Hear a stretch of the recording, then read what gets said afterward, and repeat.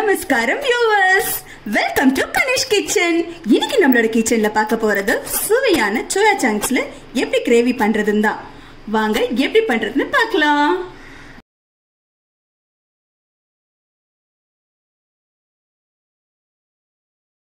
இன்னைக்கு நம்ம சுவையான சோயா சங்க்ஸ் கிரேவி பண்றதுக்கு தேவையான இன்கிரிடியன்ஸ் என்னன்றது பார்த்துடலாம். நான் இந்த கப் அளவு 1.5 கப் சோயா சங்க்ஸ் எடுத்து வச்சிருக்கேங்க. நான் ஒரே ஒரு ஏலக்காய் மட்டும் எடுத்திருக்கேன், ஏன்னா அது வந்து ஃப்ளேவருக்காக. ஒரு பிரிஞ்சி இலை எடுத்துக்கோங்க, கல்பாசி கொஞ்சம், அன்னாசி பூ கொஞ்சம், மராத்தி மூக் கொஞ்சம், பட்டை கொஞ்சம், கிராம்பு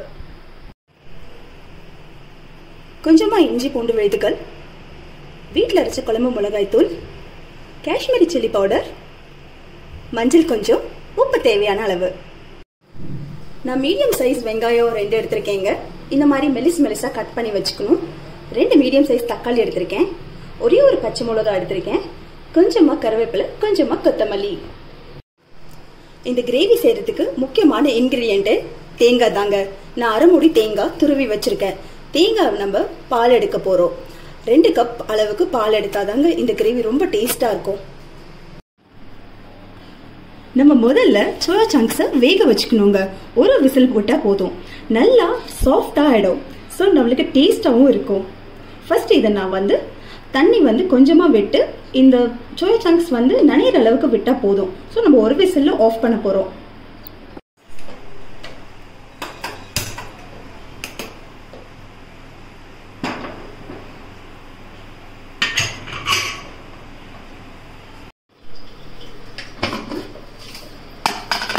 சோயா சங்க்ஸ் நல்லா சூப்பராகவே வெந்திருக்குங்க. எப்பவுமே ஒரு விசில் அளவுக்கு விட்டா போதும். இந்த மாதிரி நல்லா சாஃப்டா வெந்துடணும். முதல்ல நான் ஸ்டவ் ஆன் பண்ணிக்கிறேன். இந்த கடாய் வச்சிருக்கேன். இதுல ஒரு 2 இல்லை 3 கரண்டி அளவுக்கு எண்ணெய் நம்ம போட்டுக்க போறோம். நான் எப்பவுமே கடலை எண்ணெய் தான் யூஸ் பண்ணுவேன்.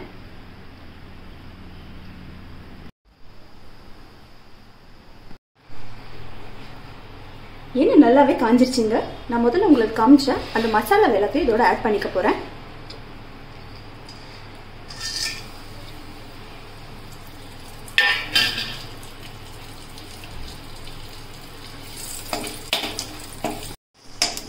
மசாலா நல்லா வாசமா வர ஆரம்பிச்சிருச்சு. இப்போ நான் வெங்காயத்தை ஆட் பண்ணிக்க போறேன்.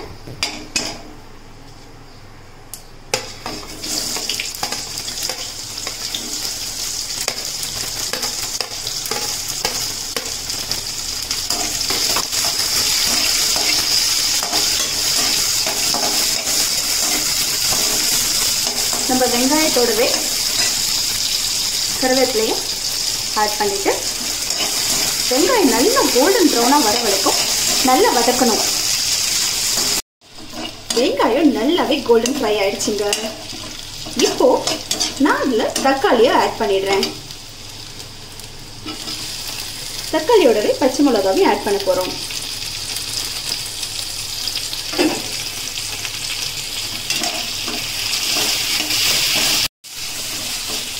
எப்பவுமே தக்காளி போட்ட உடனே நம்ம இஞ்சி பூண்டு பேஸ்ட் அதோட போட்டுடணும்.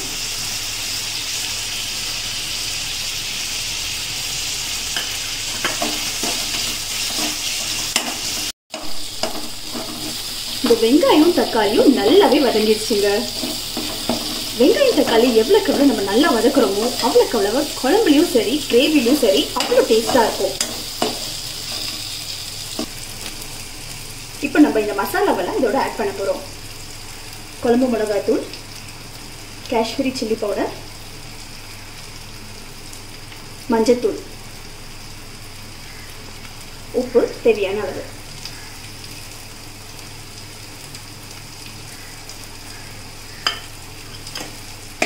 இப்போ இதை நம்ம நல்லா கலரிக்கணும்.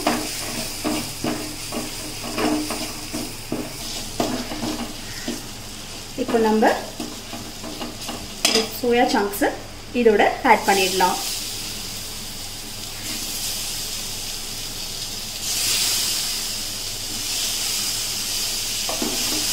ஆட் பண்ணிட்டு நல்லா புரட்டிடணும். சோயா சங்க்ஸ் நல்லா இந்த மசாலாவோட கலந்து ஒரு டிஃப்ரெண்டான ஃப்ளேவர் ஸ்மெல் வருங்க. சோயா சங்க்ஸில் இந்த கிரேவி நல்லாவே இறங்கிடுச்சுங்க. இப்போ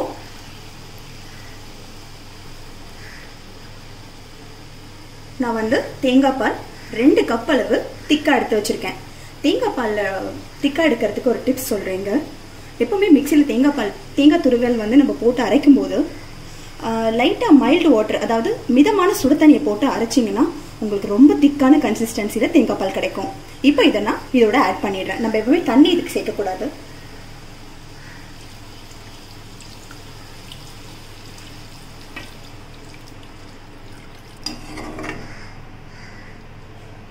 நான் இப்போ ஸ்டவ்வை சிம்மில் வைக்க போகிறேன்.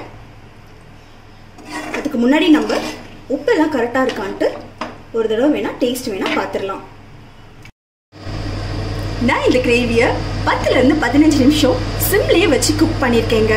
எப்போவுமே மீடியமில் தான் வச்சு இதை குக் பண்ணணும். நம்ம ஃபோனில் வச்சு குக் பண்ணோன்னா அந்த தேங்காய் பால் போட்டிருக்கோம் இல்லைங்களா, அதனால நம்மளுக்கு அது திரிஞ்சிரும்.